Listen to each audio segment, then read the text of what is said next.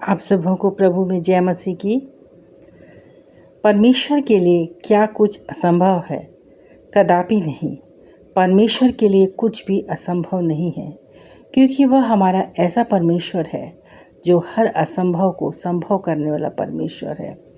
लूका 18 उसके 27 में इस प्रकार लिखा है, यीशु ने कहा, जो मनुष्य से नहीं हो सकता वह परमेश्वर से हो सकता है। चाहे मनुष्य कितना ही बलवान क्यों न हो, वह वो नहीं कर सकता जो परमेश्वर कर सकता है। दानियल 2 उसके 21 में इस प्रकार लिखा है, समयों और ऋतुओं को वही पलटता है, राजाओं का उदय भी वही करता है, बुद्धिमानों को बुद्धि और समझ वालों को समझ भी वही देता है। समय को वही पलटता है। हमने अपने जीवन में कई लोगों के समय को भी पलटते देखा है। हो सकता है आज आपका समय कठिन चल रहा है, हो सकता है आज आप आंसू बहा रहे हैं, बीमारी आपका पीछा नहीं छोड़ रही, बेरोजगारी की समस्या से आप जूझ रहे हैं, आप अपने ऑफिस में किसी तरह की शर्मिंदगी का सामना कर रहे हैं, कर्जा आपका पीछा नहीं छोड़ रहा, जीवन में चारों तरफ शर्मिंदगी है, लेकिन ये संदेश आपको ढांढस देगा और आपके समय को भी पलटेगा। आपके आंसू प्रभु देख रहा है, आपकी प्रार्थना प्रभु सुन रहा है। जिस शर्मिंदगी में आप जी रहे हैं, अपने उस जीवित वचन के अनुसार वह समय को पलटने वाला है। उत्पत्ति 29 उसके 30 अध्याय में याकूब और उसकी 2 पत्नियां थीं, लिया और राहेल। लिया और राहेल दोनों बहनें थीं। दोनों पत्नियों से उसका विवाह हुआ था, लेकिन वह अपनी बड़ी पत्नी जिसका नाम लिया था उससे प्रेम नहीं करता था। पहले 7 वर्ष तक लिया ने उस शर्मिंदगी को महसूस किया कि उसका पति उससे प्रेम नहीं करता है। 7 वर्ष के बाद जब उसका विवाह राहेल से हुआ, तब वह अपनी दूसरी पत्नी राहेल से बहुत प्रेम करता था। 7 वर्ष तक वह अपने पति को प्रेम को नहीं पा सकी। कितनी शर्मिंदगी उसको लगती होगी। वह प्रार्थना करती होगी। उसने अपने पति के लिए आंसू बहाए और जिसे परमेश्वर ने देखा। लिया का विश्वास था कि परमेश्वर सब ठीक कर देगा। मत्ती 19 उसके 26 में, लूका 1 उसके 37 में इस प्रकार लिखा है, परमेश्वर से सब कुछ हो सकता है। प्रियो, बाइबल की हर घटना की योजना परमेश्वर की ओर से होती है। उत्पत्ति 29 अध्याय 31 पद में परमेश्वर ने देखा कि लिया अप्रिय हुई, तब उसने उसकी कोख को खोला, पर राहेल बांझ रही। परमेश्वर ने लिया की शर्मिंदगी को दूर किया, उसके आंसुओं को पोंछा और उसे माँ होने का दर्जा दिया।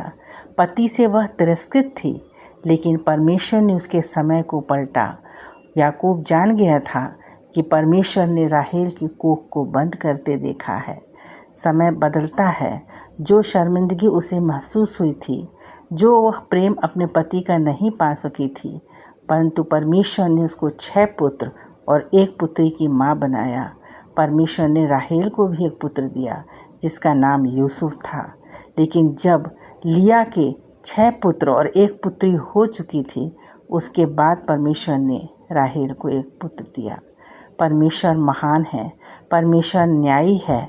आज वो आपको समय को भी पलटेगा। आज आप शर्मिंदगी के समय को महसूस करते हैं, परंतु विश्वास और प्रार्थना आपके पास होनी चाहिए। प्रार्थना और वचन दोनों मसीही जीवन का हथियार होना चाहिए। एक और घटना बताना चाहूँगी। 1 शमूएल उसके पहले अध्याय में एल्काना नाम एक पुरुष था। उसकी 2 पत्नियां थीं, हन्ना और पनिन्ना। हन्ना बांझ थी, परंतु पनिन्ना की पुत्र था।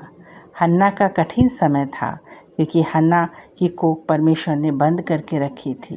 पनिन्ना हमेशा हन्ना को चिढ़ाती थी, क्योंकि वह बांझ थी। जब जब वह परमेश्वर के भवन को जाती, जब जब हन्ना प्रार्थना को जाती, पनिन्ना उसको चिढ़ाने लगती। वो समय कितना कठिन था, परंतु हन्ना ने परमेश्वर के भवन में जाना न छोड़ा, निरंतर प्रभु से प्रार्थना करती रही। हन्ना पर आंसुओं से परमेश्वर की प्रार्थना करती थी। उसका विश्वास था कि परमेश्वर जरूर प्रार्थना सुनेगा और उस समय को, उस कठिन समय को परमेश्वर ने हन्ना के जीवन से पलट दिया और परमेश्वर ने हन्ना को शमूएल दिया। उसके 3 बेटे और 2 बेटियां हुई। पहला शमूएल 2 उसका 1 में वहाँ पे हन्ना गीत गाती है, मेरा सींग यहोवा के कारण ऊंचा हुआ है। सच में परमेश्वर सींग को ऊंचा करने वाला परमेश्वर है। हमारे जीवन में किसी प्रकार की कठिन परिस्थिति है, हमारे जीवन में किसी भी प्रकार का बुरा समय है, आज हम आंसू बहा रहे हैं, हमारे आंसू बेकार नहीं जाएंगे। परमेश्वर हमारी प्रार्थना को सुनेगा, क्योंकि परमेश्वर हमसे प्रेम करता है। हमें निरंतर परमेश्वर के पास जाना है, परमेश्वर से अपने समय बिताना है और परमेश्वर सच में हमारे बुरे समय को ज़रूर बदलेगा, हमारी कठिन परिस्थितियों को ज़रूर बदलेगा और हमें हर परीक्षा में उत्तीर्ण करेगा। आप सबको परमेश्वर आशीष दे। आइए हम प्रार्थना करें।